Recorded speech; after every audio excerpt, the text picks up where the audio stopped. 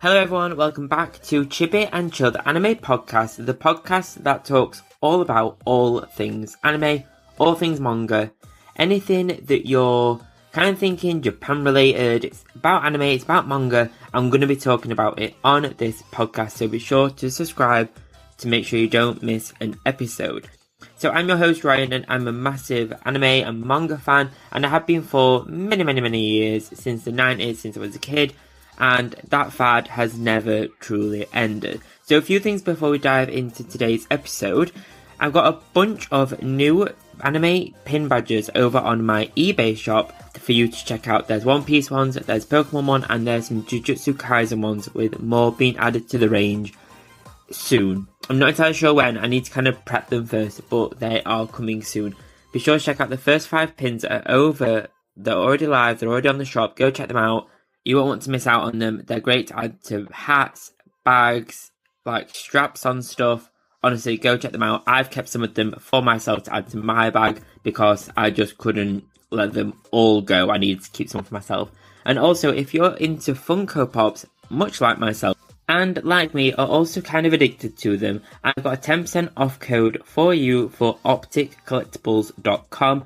And it's Chibi Weeb. So if you enter the code Chibi Weeb on opticcollectibles.com, you'll save 10% off your order. Go check them out. They've got some exclusives, some Chase Pops on there, and also some like mystery boxes where it's kind of like you could get a Chase, you could get a normal. Who knows? It's all part of the Funko collecting fun. Go to opticcollectibles.com for 10% off using the code Chibi Weeb. So this episode is all about Yu-Gi-Oh! And it's one of the most successful and popular anime and manga franchises ever, and it's the biggest card game in the world. It's bigger than Pokemon, it's bigger than the One Piece one, it's the biggest one to ever be made with the most cards sold ever. And it was one of my absolute top anime series when I was growing up, and albeit the English voice actors and English voiceover was very different to how I guess they kind of wanted it to be, but hey ho, that's what we got in the 90s with a very American accent, especially Joey's voice, very American. But this series was one of the anime that truly got me hooked on anime when I was younger, and thanks to its kind of character designs, specifically the pharaoh himself, Yugi, and the designs of the monsters, albeit how kind of wildly inconsistent they kind of were, but that was part of the charm. And shout out to the Dark Magician Girl and the entire Toon Monsters series. I loved how they looked. They were very cool. And this anime was and still is super different to any other anime because of its story foundation and being set in ancient Egypt. I'm still kind of yet to find an anime with the same kind of style of Yu-Gi-Oh! Set in Egypt, which is really weird. When I was younger, I couldn't find any anime of this backstory, but I do have to admit, I was fairly young, and so was the internet and how I knew how to use it, so I probably could find something now if I dug enough. But the hold that this anime had on me as a kid, alongside Sailor Moon and Cardcaptor Sakura, was just absolutely wild. Those were like the top tier anime at the time, alongside Digimon, and I loved these series. And to kind of share my love for this series, I thought this episode should be all about the unknown and weird facts about the huge media empire that is Yu-Gi-Oh! So I'll share some facts about the anime, the manga, the card game, and a little bit about the creator as well. So let's dive into 15 facts you should know and probably don't know about Yu-Gi-Oh!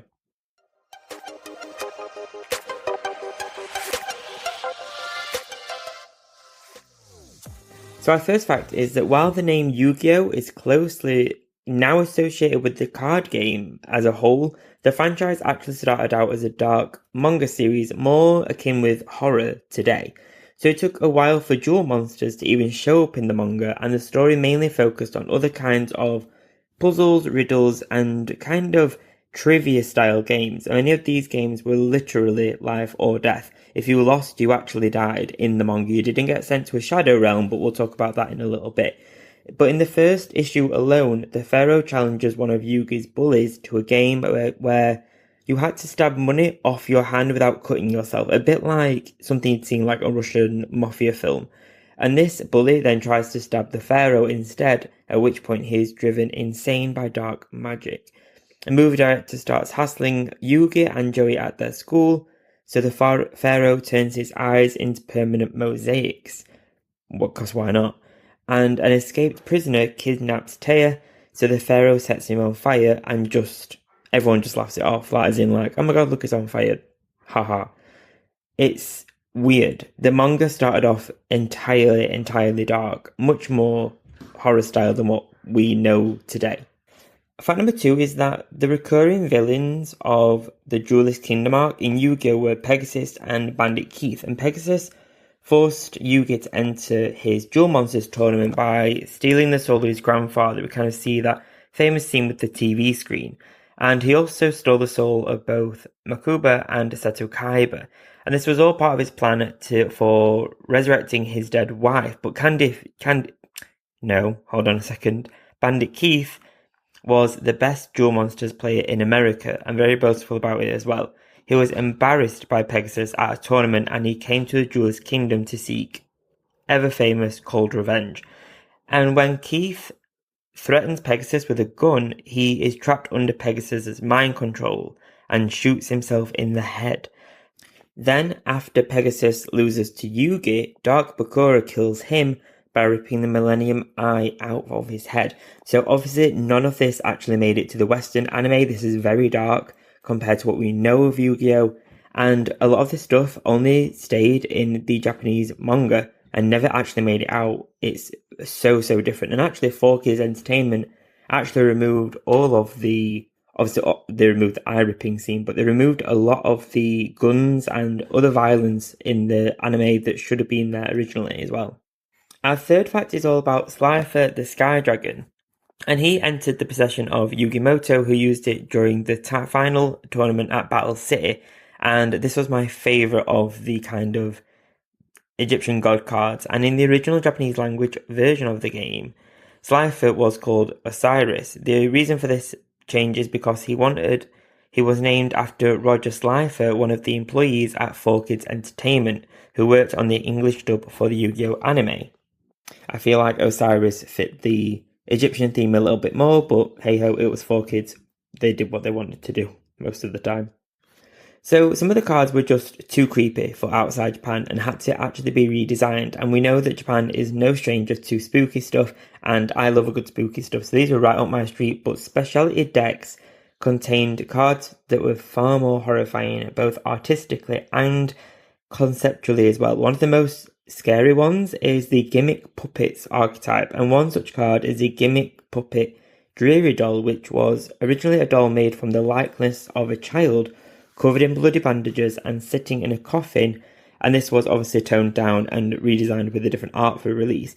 And another is Gimmick Puppet Shadow Feeler, which shows two puppets on all fours facing each other with their heads fused together into another torso with arms. Think along the lines of Human Centipede. It's disturbing to look at, even though the art is blue. It's not nice, but I'm totally up for spooky cards, I have to say. In Yu-Gi-Oh! We kind of have some recurring themes, and one of these is torture. So Marik's Millennium item also has the ability to turn any jewel into a shadow jewel, which causes players to suffer the same pain as their monsters during the game. And this is especially horrible and terrible when you realise that his entire deck is based on torture. That's the entire theme of the cards and the strategy that he kind of plays with and enjoys doing so and playing in this kind of style. And his duel with May Valentine was turned into a shadow jewel. I loved the character May Valentine, absolute shout out to her. And it caused her to suffer an amazing amount of anguish and kind of horror. And some might remember the scenes in the dub where she kind of just loses her memories. But the source material for this was much darker. And at the end of the duel, upon losing, her mind is trapped in an hourglass, and when the sand kind of runs out to the bottom, she actually dies, which, RIP, I did not know that happened at all, but wow, poor May. A common kind of theme in anime is a lot of like time skips, time loops. One of the most famous ones is like in One Piece with the time skip, all that kind of stuff. And Yu-Gi-Oh is no different to some kind of time play. So Yu-Gi-Oh! GX officially takes place 10 years after the events of the original anime with Yugi, and after Kaiba sets up the Jewel Academy, a school for young duelists. So the main character, Jaden, is known for battling with an Elemental Hero deck and his winged Kuribo. I loved the Kuribo cards, and they're just iconic today. They're so cool. I loved the whole Kuribo style thing, and given to him by Yukimoto near the beginning of the series. However, in the series finale, Jaden goes back in time to duel Yugi and uses the winged Kuribo. So this suggests that Yugi gave him the card because he had already met Jaden and knew he would use it in their final duel later down the line, or further up the line, should I say. So the entire show is in some kind of like weird time loop, which is kind of mind-boggling to think about, but very cool. So on to another theme now, and Yu-Gi-Oh! Loves the slavery theme as well. So something that's a little sugar-coated in the American release is the concept of possession. So it's a little bit more spooky than anything else. But we know Yuki's possession is consensual. He is happy with being possessed by the pharaoh. But Mark Ishka, or rather his alter ego, Yami Marik, doesn't follow the same rule. He's the primary antagonist of Season 2 and has the ability of mind control through possession. But both personalities were enemies of the pharaoh. Yugi and Marik killed Ishka's father, a loyalist of the pharaoh. And when he was younger, later on, Marik uses mind control on Yugi's friends to coerce him into playing a shadow game, because that's just how he rolls. He loves the shadow game. And it seems that it might generically devious at first. It might just be a little bit like cheeky dark fun. But the concept of mind control itself at a much more powerful level is something the show often shows and explores. At least in the Japanese version, they love the theme of taking over someone's mind and making almost like a slave or a zombie out of people. At least Marik does anyway. In fact, we see this in the cards as well as a common theme. So Yu-Gi-Oh! Arc V spin-off, there is a card called Parasite Fusioner that has some kind of creepy, not good if you like bugs, kind of horrifying concept art, but it's fairly tame. However, a character called the Doctor has created real-life versions of them in the show, and is able to remotely control the brains of several other characters by implanting parasites into their brains. Beyond just mind control, he has the power over their speech and even their facial expressions. So this kind of horrifying concept is the Doctor's control over the character Rin is finally severed by the protagonist Yugo. Not Yugi, Yugo. And the parasite itself takes control. Rather than the speak of the Doctor, Rin speaks in a creepy kind of monotone kind of voice. So it's even like the cards and the whole decks and monsters themselves even have this theme of torture and mind control and slavery. So onto one that's a little bit more lighthearted. Fact number 8 is all about spells, traps and monsters. And these kind of cards make up the majority of cards in Yu-Gi-Oh! But one other has been lost, and that's the magic card. So magic is found now only in particularly old collections of cards, like the original runs of them, and these refer to the same cards as spell cards nowadays, and it was changed after an incident between Konami and Wizards of the Coast. So while some references to Magic the Gathering have been present and enjoyed since the early days of the game, Summoning Skulls, for example, shares a distinct similarity to Lord of the Pit. Also, Summon Skull, absolutely iconic. And Konami took a step too far when they attempted to copyright the term magic card, and they were forced to change the name, and then I guess they changed it just to spell card instead. It must have been just too embarrassing. So we mentioned the spin-off series a little bit earlier, we've mentioned a couple of them, but since 2004, Yu-Gi-Oh! Has released 7 different spin-off series, each one evolving around a different main character and the card game Duel Monsters. And spin-offs such as Yu-Gi-Oh! GX and 5D have also proven to be popular with all the other fans of this series as well. I haven't watched all of them. I think I watched the first 3, and then I kind of petered out of Yu-Gi-Oh! But the first season is just golden, absolutely just wow. And in 2021, a new anime spin-off, Go Rush, was announced and premiered in Japan in 2022.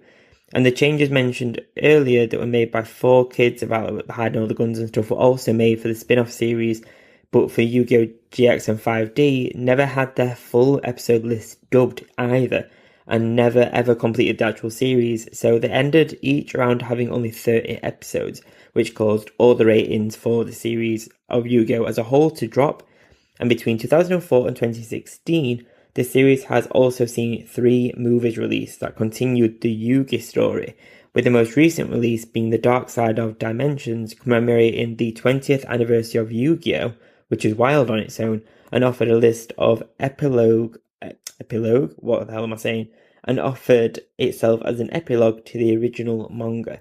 So I love it now that we're in this kind of time where all the anime that we love, that we grew up with, are now having like all these anniversaries and birthdays. It's very, very cool. And I love that they start to kind of build on top of the original work like this. Very, very cool.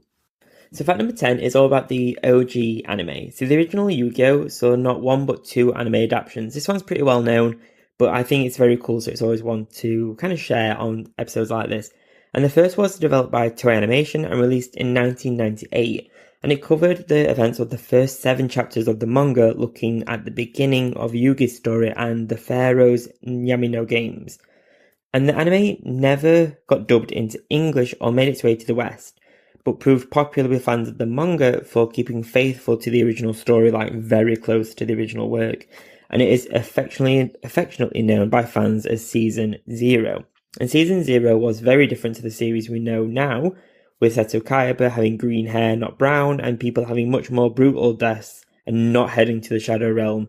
They just died. So it's much closer to the dark kind of style of the manga. However, the manga had this dark theme originally too, with it being very much more like a horror manga, like I mentioned before. It was much, much darker, and Season 0 is apparently much closer to this dark original work.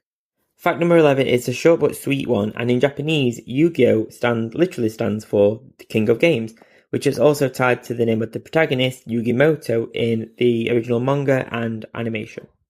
So fact number 12 is all about Takahashi first began work on the manga in 1982, with his first work, Fighting Hawk, being published in 1990. Both Yu-Gi-Oh! And the card game were the brainchild of him, and they were published by Konami and the entertainment conglomerate of Japan. If you are into anything anime manga, you know the name Konami.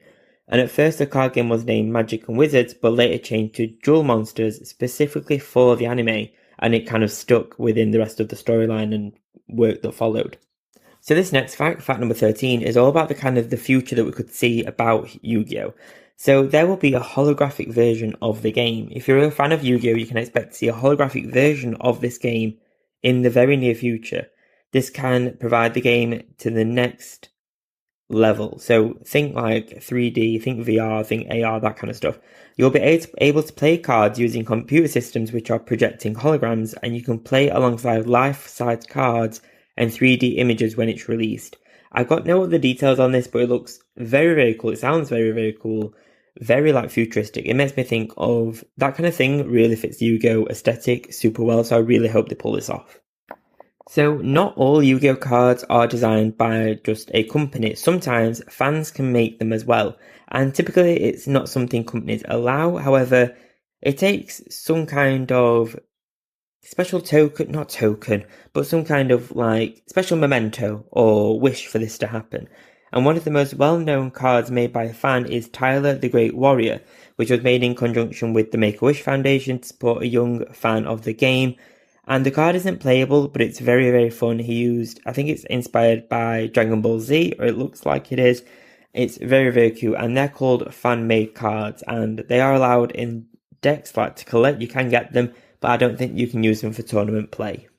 And one last fact, which kind of centers around 4Kids, and I didn't actually know this at all. Yu-Gi-Oh! Was one of the network's most popular series, obviously, but it brought the company attention that it wasn't ready for. In 2011, TV Tokyo hit 4Kids Entertainment with a lawsuit alleging the studio improperly reported royalties, created false invoices, and made illegal deals with other networks. The lawsuit forced U4Kids Entertainment to file for bankruptcy, and Yu-Gi-Oh! Was put back on the market. Konami came around and purchased 4K Media, and revived it as a license holder in Western markets.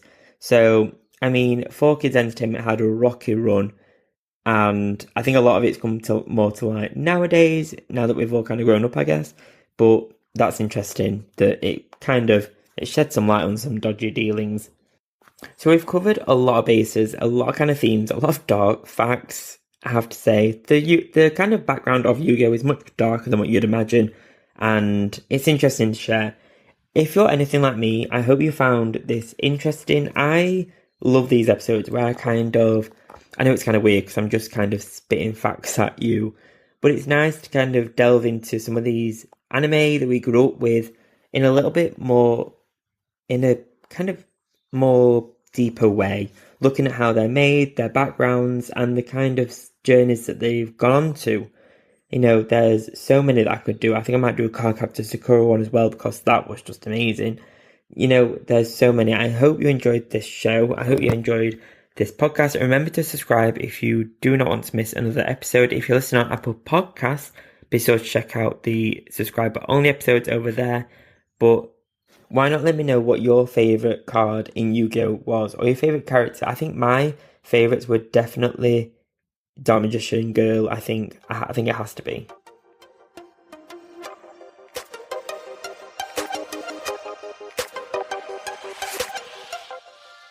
Thank you so much for checking out this episode. If you're new to the podcast, thank you so much for checking this out. I really do appreciate every single listen, every follow, every download. It really does mean a lot. From one weeb to another, thank you so much. If you're wanting any anime merch, head over to my social media links. Find me on social media, find me on TikTok, Instagram, all that good stuff.